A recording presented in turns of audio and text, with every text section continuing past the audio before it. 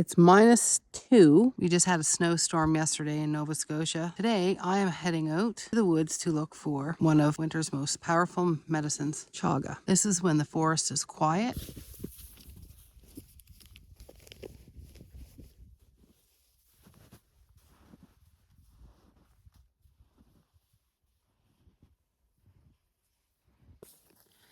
Welcome back to Nova Scotia Trails and Wild Roots, where we explore wild herbal medicines, medicinal plants, and go on some outdoor adventures in Nova Scotia.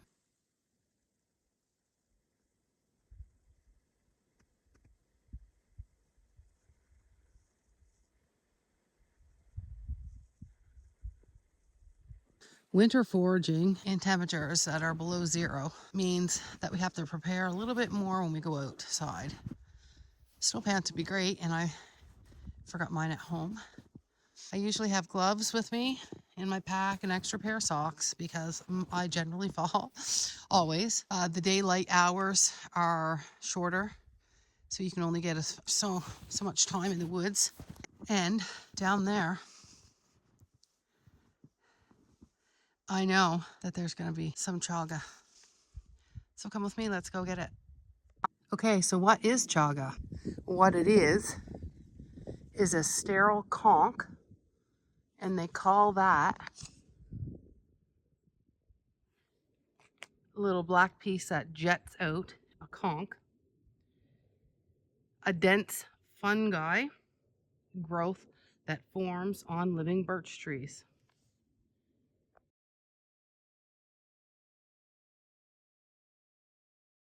So chaga is one of the highest antioxidants in the world. You'll almost never find it growing close to the ground or on dead trees. To grow in pristine environments. It also takes about 20 years to grow. Traditionally, chaga has been used as a winter tea and immune supporting medicine, especially in the cold northern climate like we have here in Nova Scotia and Canada. So how to identify chaga in the winter. So you want to look for this black, burnt material on the side of a tree. It really stands out in the winter, and you can see the cracks in it, I hope.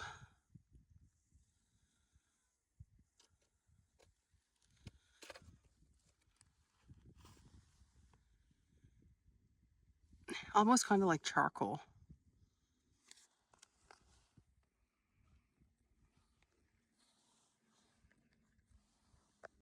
So you want to look for yellow or white birch, and an easy way to tell is that the yellow birch has a little tint of yellow, of course, and it really has these small little pieces of bark that curl. When we were growing up, we used to call it the paperback birch, and those are two identifying things to look for, is find a yellow and white birch and then start looking up and down the trees.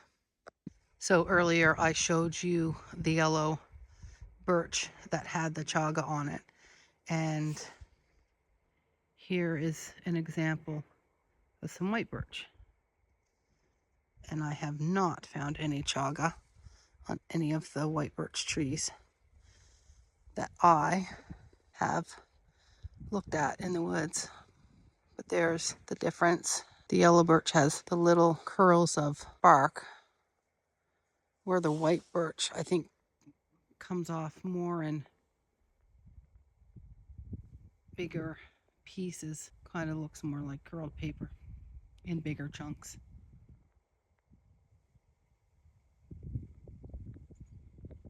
Has anyone found any chaga on white birch? Let me know in the comments. I'd be anxious to see which area, because I'm on the North Mountain in Nova Scotia.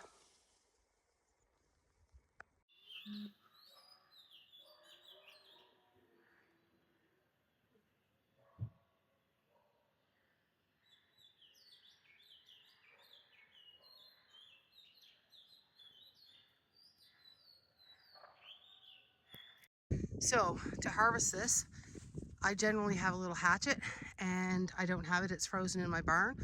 A little tiny something sharp and a hammer, kind of like this. And you want to find a little spot, and you want to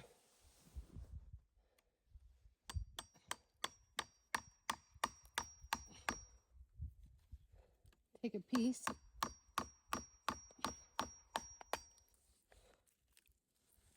like that,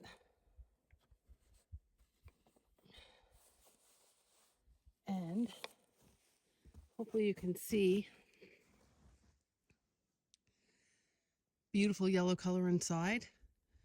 So this is a good little piece, and if you can tell, instead of going right into the tree trunk, right at past the bark, I took more of the outer side, so we can leave some actually growing into the tree, so it'll come back out.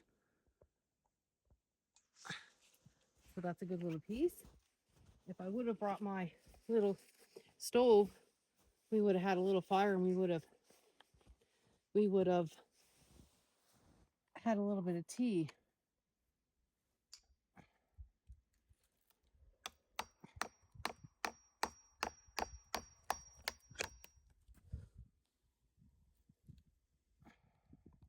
This piece may not be that great.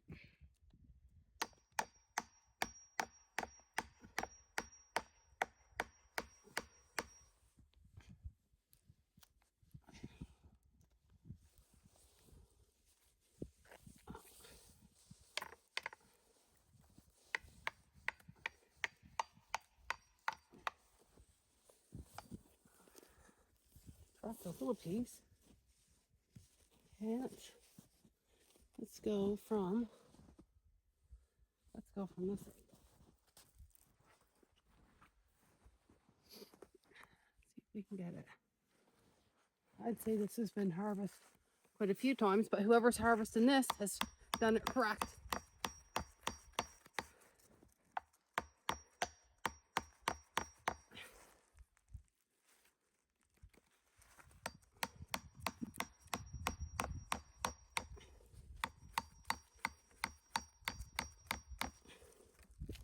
There we go.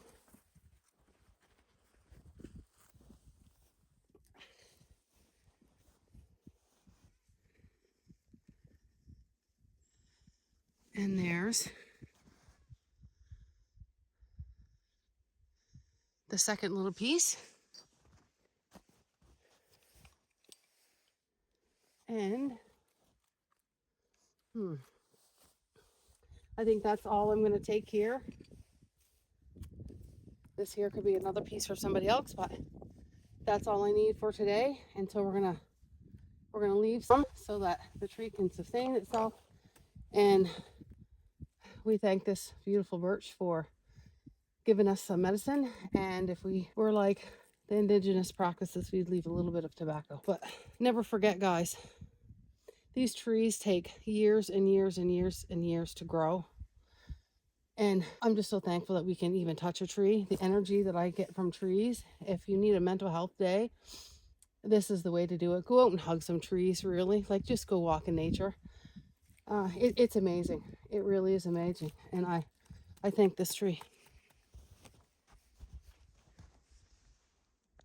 So this is a yellow birch. So you can see where a person has harvested this years ago. And when they pop the chaga chunk off, it went right into the tree, and you can see it didn't grow back. And I would say the same as that little piece. If you leave a piece on, potentially in 5 years, you can come back and there'll be another piece to harvest.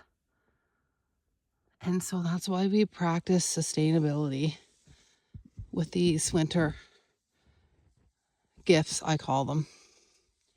Oh yeah, you can see this. Hopefully.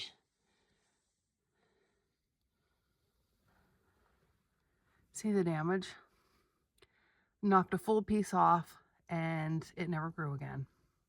And actually, if you continue looking up the tree, there was another spot right there and another spot right up there. However, if you go a little bit further up, there is a piece. So that piece grew back. It's just way up in the tree. And you can see where it's been harvested over there as well. And this is an older tree. This is a little stand in the same area. And I'm going to go over to this tree. And once again, you can see there's a spot at the bottom. There's a spot there. Another spot there and there. This tree doesn't look healthy, actually. And you can see it popped that conch right out and it never grew back.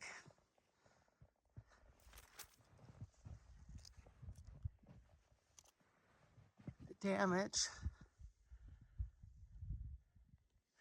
and you can see in there. So that's kind of what we don't want to do.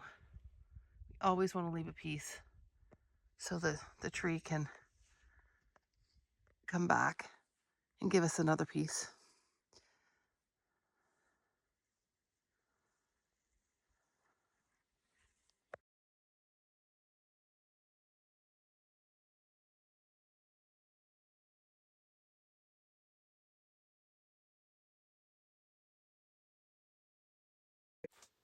Winter foraging isn't about taking more. It's about slowing down, noticing what's still here, and respecting the land through the hardest season. If you're enjoying this winter foraging series, subscribe and join me as we continue exploring the woods one adventure at a time. Until next time, stay warm, stay curious, and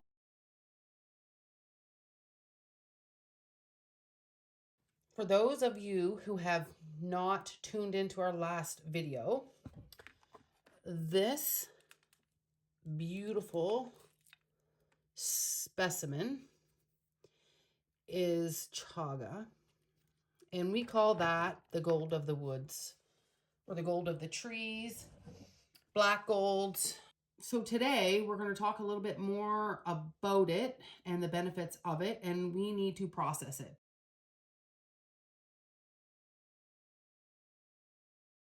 Welcome back to Nova Scotia Trails and Wild Roots, where we explore wild herbs, medicinal plants, and seasonal foraging across Nova Scotia.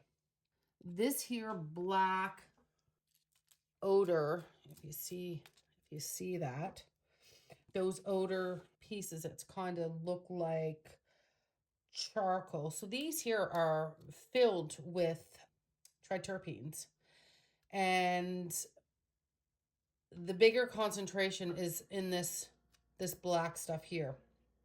It's also antiviral, and it has a stronger concentration of that opposed to in here. Okay, where chaga has different compounds. The odor, this black here, works with lowering your cholesterol. So it can balance and stabilize any cholesterol issues. So if you're making some tea with some chunks like this and you want to get a little bit of extra boost, you can always put in some of these pieces like that into your tea to get a little bit of extra boost.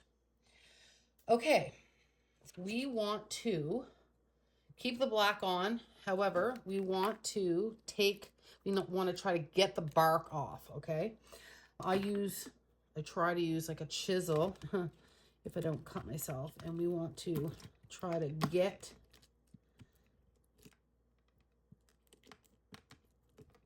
that bark off. And this is already drying.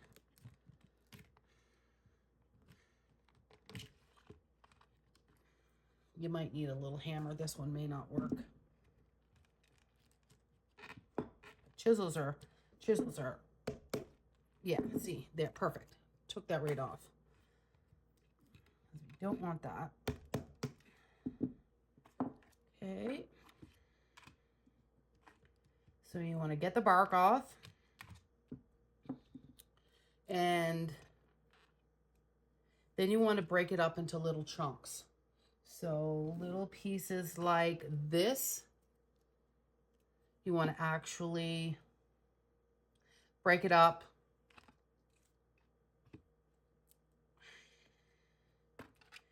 And then leave it to dry.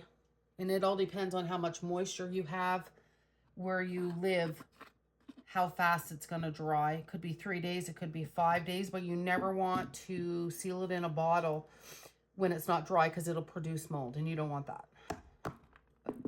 Perfect. Okay. So when I store mine, I usually go through and I separate it. So I will separate the odor black, and I'll put that in a container. I'll put your chunks, and you want to be workable chunks, right? Because if you want to have a tea with that, you'd put 1 or 2 in your pot, and as long as the water is coming out dark, then you can rebrew it. You can rebrew it anywhere from 5 to 7 times. As long as there's good color coming out of it, good flavor coming out of it, you can rebrew it. So if you notice that there's a lot of dirt or bark and debris, you want to get that out. So if I had a real dirty piece, I would take a nice little brush and I would just brush the dirt. Brush the dirt off. And I will take the bark off. Don't soak it. You don't want to soak it. You're trying to dry it. The inside, this is like a cork. Beautiful color. You want to look for color. That's where there was a lot of medicinal properties in that. And that we of course want to keep with the black. So you only want to get rid of the bark and any, like this here will go. We'll keep this. Nice piece here. Any stems, leaves, any dirt. Oh, look at that. That is just gorgeous. And discard that. We don't want to use that. And then you want to break it down, like I said, into chunks. I always sort mine into different sections so I can use it. And you can sift it down. And you can sift it down further and get that beautiful. This can be used for instant teas. You can always add the powder into smoothies. You can use it in soups. Yeah, I keep everything and use it. Dry it in the oven or use a dehydrator. If you want to use a dehydrator, I would say roughly about 100 degrees Fahrenheit. But I just leave mine. I break it into chunks and I leave it and make sure it's in a dry place. And then after a week or so or a couple weeks, if there's no mold growing on it, I just seal it up. I use mason jars, label it to make sure when you got it, and then you're good to go. You're good to go for years. So for the tea, like I just said, you can put 2 or 3 chunks in some water and simmer it for half hour and drink it every day if you want, or you can make a big batch of it ahead of time. I have put it in my crock pot, simmered it overnight. I probably used 4 or 5 chunks in my crock pot, simmered it overnight. You don't want it to boil, okay? And then store it in mason jars. And Chaga has antiseptic properties, so it's not like it's going to mold like another tea that you have put on the stove and kept there, because it will mold. All right, So I'm just gonna work at processing some of this chaga, but I'm also gonna talk a little bit about it. Okay. So we know that chaga it's been studied more and more, but it has been used for years and years, especially in the northern hemisphere. Russia, Europe uses a lot of it. It has, if anyone's wondering about the flavor, it's a dark, earthy, very rich, robust, rich vanilla flavor. Having said that, I get a hint. I get a hint of vanilla, but I don't get a lot of vanilla. It can be quite potent. So it likes the cold forest. It likes to grow in the cold forest. And you won't see it. You won't see it grown in the lower parts. It likes the cold birch forest.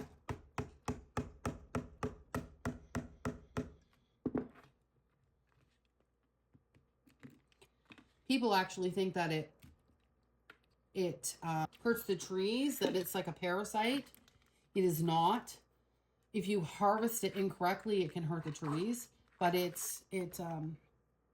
actually extends the life of the tree, because it's like if the tree has the wound, that a wound or a branch breaks off, then it kind of creates this scab from the tree and puts all the good stuff into the wound.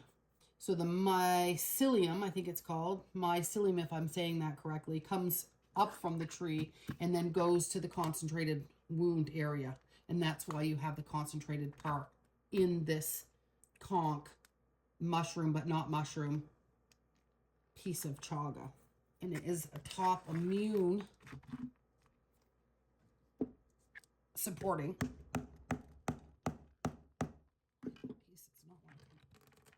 Piece does not want to come off. And there has been tons and tons and tons of studies. It also is a free radical scavenger, so it will go along with all of your cells and eat up all of the bad stuff that causes inflammation in your body. This is like a herbalist gold mine. There has been a lot of studies with cancer, and the parts that usually is used for cancers or has a high concentration of the compound is this yellow cork-like substance compound, and that's used in studies with cancer. And that's just because it boosts the immune system so much. It's a great support for your immune system, gut health, stabilizes cholesterol. It's an anti-inflammatory. And if you get sick and you're drinking this every day, there we go. It helps you fight back and recover a lot faster. I do not want to. I like to have my fingers. So everybody knows that cancer seems to be the ongoing thing, the new thing, and that's just because we're so exposed to toxins. And if we can help ourselves with medicinal gifts like this, then why not? They are quite safe to work with a new cancer or with cancer drugs. There has been studies on it. So it is safe to drink tea every day. You can make tinctures with alcohol tinctures, and you can take it in droppers every day. The reason why doctors shy away from it is because they're just not trained in it. And they're used to, Western medicine. They haven't been trained in herbal medicine or holistic medicine. They just shy away from it because they just don't know. I'm going to try to grind some of this stuff off.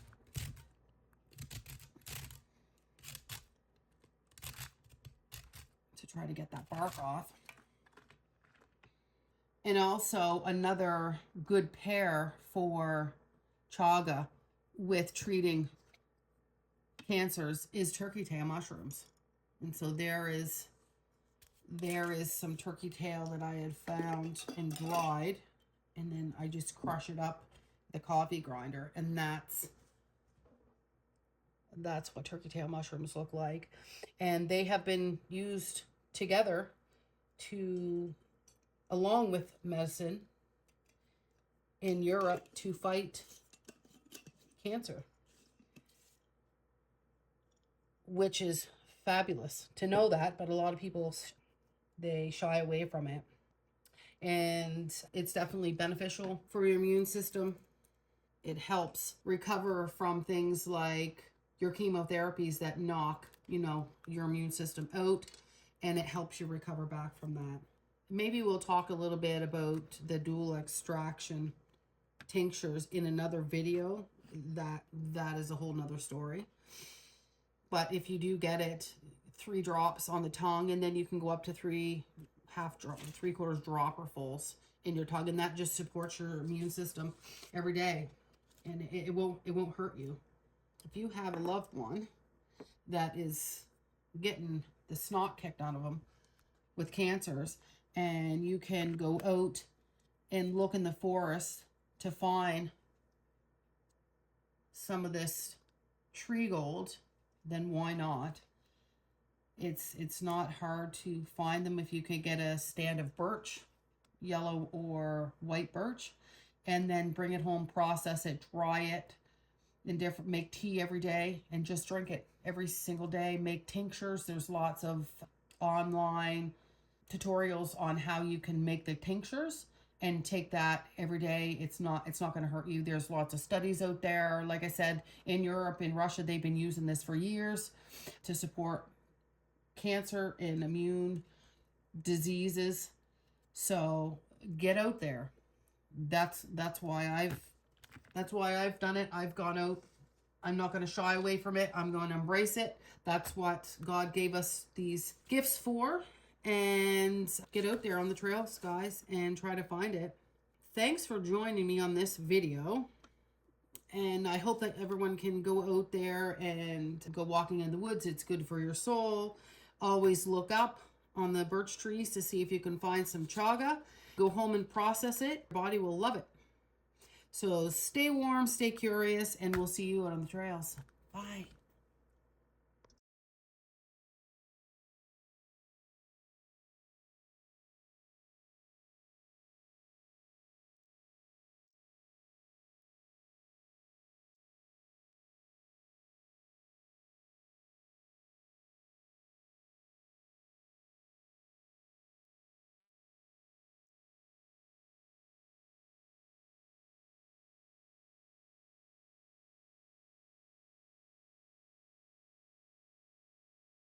Are you looking for a natural way to stay strong and energized for your next adventure? Look no further than chaga tea or coffee. Incorporating chaga tea or coffee into your daily routine, it's a natural alternative to traditional caffeinated drinks without the crash and the jittery feeling. It's not a fancy cafe trend. It's been used for generations in northern climates as a daily tonic. People drink it for warmth, endurance, and long, steady energy, especially through cold winters and the hard outdoor work. So usually I use a stainless steel pot. Pretty simple, pretty easy. Dump my water in. And how much was that? That was over 500 mils. And I've been using these 4 chunks for, this will probably be my 4th time round. I'm just going to pop that in there. Going to put my burner on to low. And we'll come back in a few minutes and we'll see what it's doing. I just simmer it and see how much color. If there's not too much color that comes back out of this, then I may use some fresh chunks. But we'll come back after about, 5-10 minutes and we'll see what we got going on. So this is 10 minutes on a low, and we're just going to let that simmer some more, and then we'll come back. What I noticed first wasn't a buzz. It was a calm focus. No racing heart, no crash halfway through the hike. Chaga isn't a stimulant like coffee. It works with your body instead of pushing it. When you combine a small amount of chaga with your coffee, you get a smoother, slower energy, less jitters, better focus over time, and for many people, easier digestion than coffee alone. You're not replacing coffee, you're balancing it.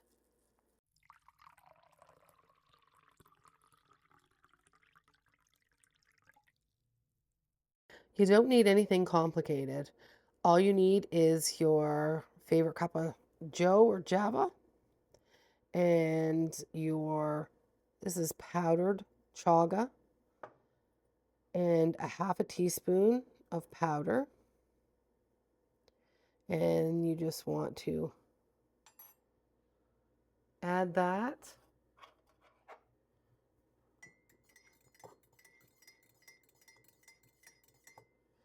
Stir it in. And then you can add your milk. I like to use almond milk.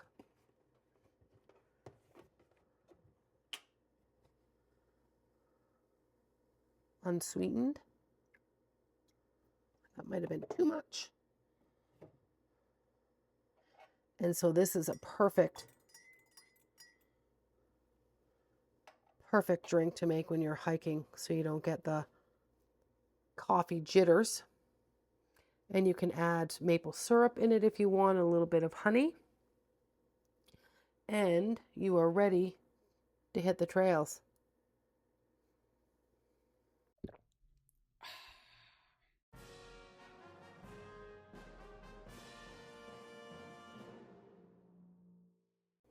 I'm going to share with you my favorite cold weather blend for those of you who like chai, which it's one of my most favorite.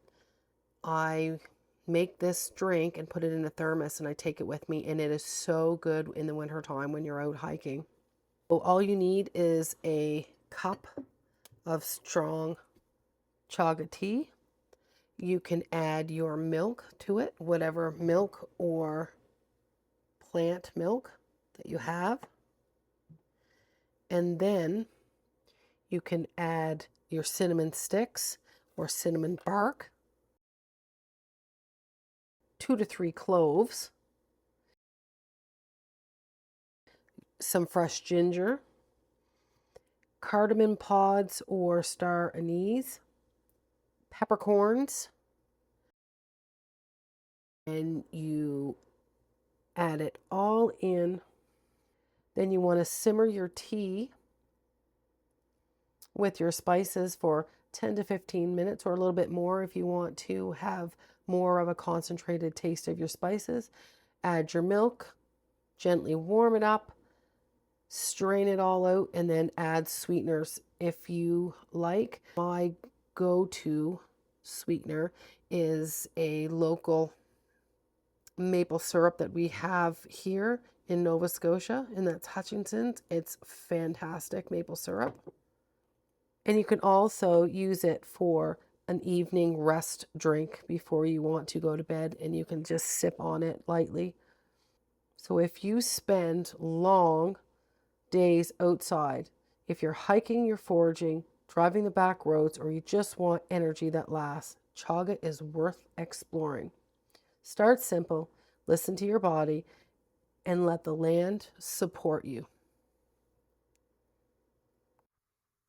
And I'll see you out on the trails.